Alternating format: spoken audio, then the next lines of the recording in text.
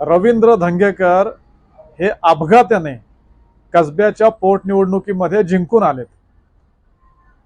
2009 साली तुम्ही लढला, 2014ला तर तुमचा दारुण पराभव झाला आणि आता तुम्ही लोकसभेची जी स्वप्न पाहताय, तुम्ही लोकसभा तर सोडा, तुमची विधानसभा पण पुन्हा तुम्ही निवडून येऊ शकत नाही।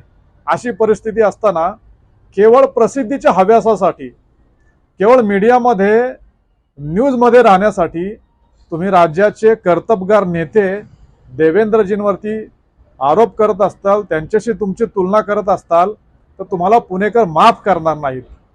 सगळ्या पुणे शहराने तुमचं रूप पाहिलंय।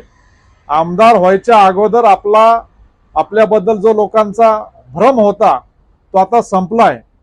तुमच्याबद्दलचा लोकांचा भ्रम निराश झालाय। तुमच्यावरती लोकांनी अपेक्षा ठेवून मतदान केलं, त्यांच्या अपेक्षा आता तुमच्याकडनं संपलेल्या आहेत। पुणेकरांना, कसब्यातल्या लोकांना माहिती आहे तुम्ही पुणेकरांची दिशाभूल करत आहात आणि देवेंद्रजी तर राज्याचे नेते आहेत।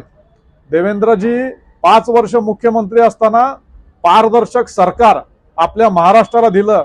महाराष्ट्रातल्या गरिबांसाठी, कामगारांसाठी, शेतकऱ्यांसाठी, सर्व स्तरातील लोकांसाठी देवेंद्रजींनी काम करून दाखवलं, महाराष्ट्राला पुढे नेलं।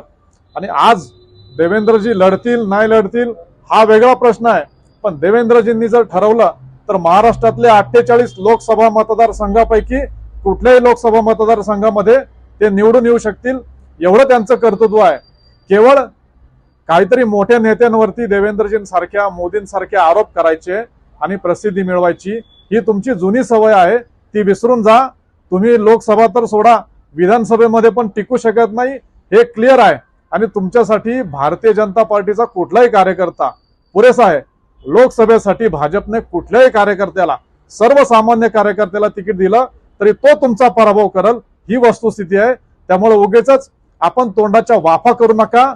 आपण तोंडाच्या वाफा करता हे जनतेला दिसतंय। जनता तुम्हाला माफ करणार नाही। जी कुठली निवडणूक असेल तुमची, लोकसभा असेल, विधानसभा असेल, या निवडणुकीमध्ये तुम्हाला जनता घरी बसवल्याशिवाय राहणार नाही, हा मला विश्वास आहे।